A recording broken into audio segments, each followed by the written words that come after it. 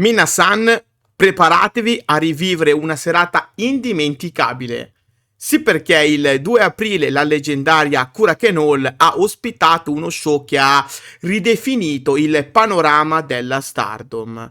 Dalle difese titolate alle sorprendenti alleanze spezzate, immergiamoci insieme nei momenti salienti di questo evento straordinario.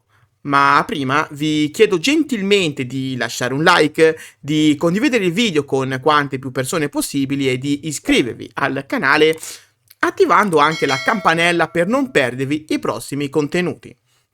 Inoltre vi ricordo che in descrizione trovate tutti i link del progetto Donne tra le corde, un progetto tutto dedicato al wrestling femminile mondiale. Grazie a Donne tra le corde potete sempre rimanere aggiornati con tutto ciò che aleggia intorno alle vostre atlete preferite. Date un'occhiata ai link che trovate qui sotto in descrizione per tutte le info. Ora mettetevi comodi, fatevi accompagnare dalla consueta tazza di caffè o di tè se preferite e partiamo!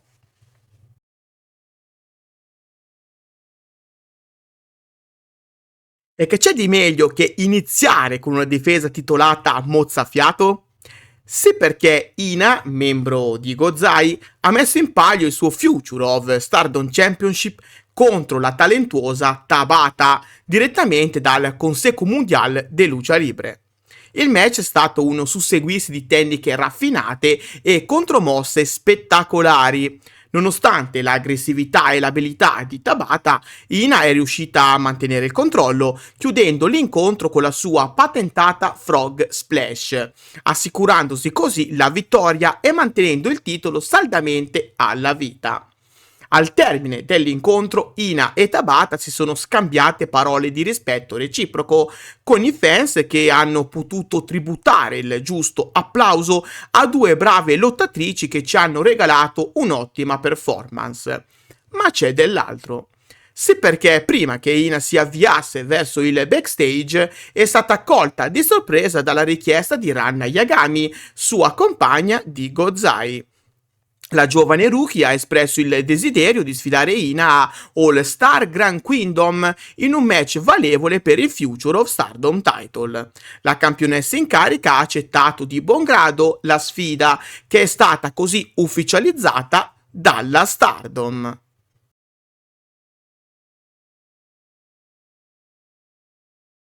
Uno dei momenti più toccanti della serata è stato il match tra Mina Shirakawa e Maika. Questo match ha segnato l'ultima apparizione di Mina alla Hurricane Hall prima del suo trasferimento in AEW. La tensione era palpabile, con entrambe le lottatrici determinate a lasciare un'impressione duratura.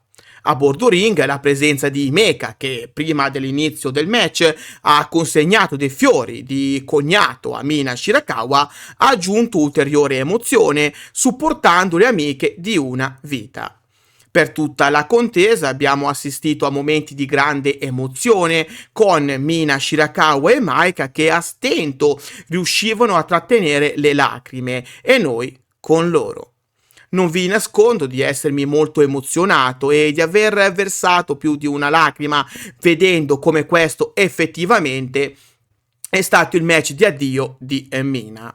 Una lottatrice splendida che lascerà un vuoto incolmabile nella Stardom e soprattutto nel mio cuore.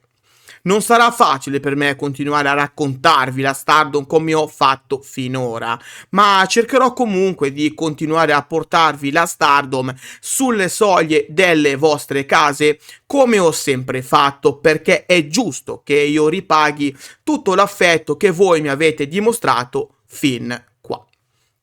Al termine di un confronto intenso, Mike ha ottenuto la vittoria, ma il vero protagonista è stato l'abbraccio finale tra le due, simbolo di rispetto e amicizia, con la speranza nel cuore che questo sia solo un arrivederci e non un addio.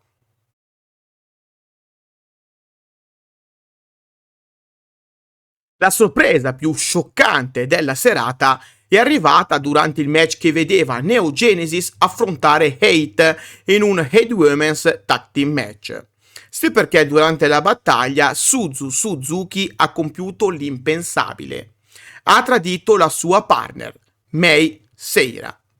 Per settimane le due hanno affrontato tensioni e risultati altalenanti, arrivando anche alle mani, ma nello show precedente, a quello che vi sto narrando, Suzu e Mei sembravano aver seppellito l'ascia di guerra, ma a quanto pare il tutto è stato solo un fuoco di paglia.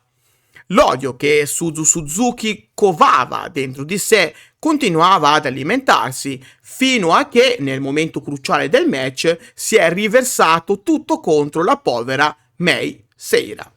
In tutto ciò sembrava che Natsuko Tora e Eight fossero coinvolte, visto che la stessa Tora è intervenuta apparentemente per sostenere Suzu e il suo assalto ai danni di Mei Seira. Ma con un colpo di scena, quando Suzu Suzuki sembrava pronta per unirsi a Hate, la Crazy Girl ha attaccato anche la leader di Hate, che le aveva teso la mano in segno di una possibile amicizia, dimostrando che non c'era alcuna alleanza con Hate. Ma c'è dell'altro. Sì, perché Suzu, microfono alla mano, ha sancito la fine della sua amicizia con Mei Seira e anche la sua alleanza con Neo Genesis. Ora Suzu Suzuki si trova sola e senza alleati. Quali saranno quindi le sue prossime mosse?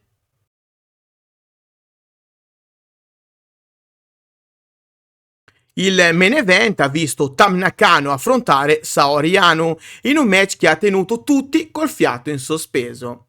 Entrambe le lottatrici hanno dato il massimo, esibendo una gamma di mosse spettacolari e dimostrando una resistenza incredibile. Chi ha assistito a questo match potrà confermare che siamo stati testimoni di una delle performance più intense della loro carriera. Nonostante la loro alleanza, entrambi hanno messo da parte l'amicizia, scambiandosi colpi durissimi che hanno dimostrato la loro determinazione e passione per il wrestling. Dopo una battaglia estenuante, Tam Nakano ha ottenuto la vittoria con la sua Twilight Dream. Una vittoria cruciale che la prepara allo scontro imminente contro Saya Kamitani a All Star Grand Kingdom il 27 aprile. Questo match, come ormai tutti sappiamo, non sarà valido solo per il World of Stardom Championship, ma metterà in palio anche le loro carriere. La perdente dovrà ritirarsi dal wrestling. Pensare che potremmo assistere all'ultimo match di Tam Nakano mi rattrista profondamente. La sua dedizione, il suo talento e la sua passione hanno lasciato un segno indelebile nel mondo del wrestling e della stardom. Spero quindi che Tam possa trionfare e continuare a incantarci con le sue performance sul ring. D'altro canto, perdere Sayaka Mitani lascerebbe comunque un vuoto immenso. Non so, vedremo. Non ci apprestiamo di certo a vivere una bella situazione, ma tant'è. Spero che la Stardom saprà come gestire tutto questo. Ma c'è di più. Sì, perché al termine dell'incontro Unagi Sayaka ha fatto capolino nel ring, proponendo a Tam e Saori di far squadra con lei il prossimo 6 aprile ad Anjo, città natale di Tam. La Nakano ovviamente all'inizio era un po' restia, anche perché va ricordato di come Unagi non dovrebbe aver più il permesso di lottare in Stardom grazie alla stipulazione del match perso proprio contro Tam Nakano a New Year Dream. Fatto sta che Unagi, arrampicandosi sugli specchi, è riuscita comunque a convincere Tam e Saori con la Stardom, che ha ufficializzato il tutto per lo show di domenica prossima. In realtà questo match ha davvero pochissimo senso, perché è allora lecito chiedersi a che diavolo sia servito quel match di New Year Dream e a cosa è eventualmente servita quella stipulazione inserita nel match. Boh, misteri della vita.